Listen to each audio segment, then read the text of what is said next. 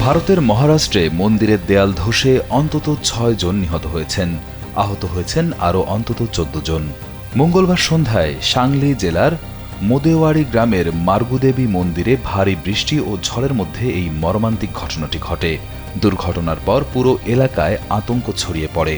স্থানীয় সূত্র জানায়, প্রতি মঙ্গলবার মন্দিরটিতে বিশেষ পূজা ও প্রার্থনার আয়োজন করা হয়, তাই অন্য দিনের তুলনায় সেদিনও ভক্তদের ভিড় ছিল অনেক বেশি। সন্ধ্যার দিকে হঠাৎ আবহাওয়া খারাপ হয়ে যায়, শুরু হয় প্রবল ঝড় ও বৃষ্টি। Presenting Walton Crystal Series.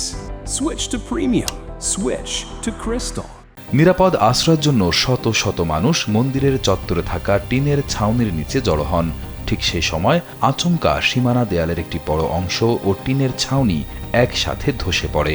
মুহূর্তের মধ্যেই অনেক মানুষ ধ্বংসস্তূপের নিচে চাপা পড়েন।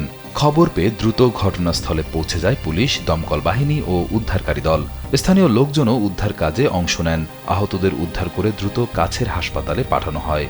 পুলিশের কর্মকর্তারা জানিয়েছেন, আহতদের মধ্যে কয়েকজনের অবস্থা বেশ গুরুতর, ফলে মৃতের সংখ্যা আরও বাড়তে পারে বলে আশঙ্কা করা হচ্ছে। পুলিশ জানায়, দুর্ঘটনার সময় প্রায় ৩৫০ জন মানুষ মন্দির এলাকায় উপস্থিত ছিলেন। প্রাথমিকভাবে ধারণা করা হচ্ছে, ভারী বৃষ্টি ও ঝড়ের কারণে দেয়াল দুর্বল হয়ে পড়েছিল। এই ঘটনায় তদন্ত শুরু করেছে প্রশাসন।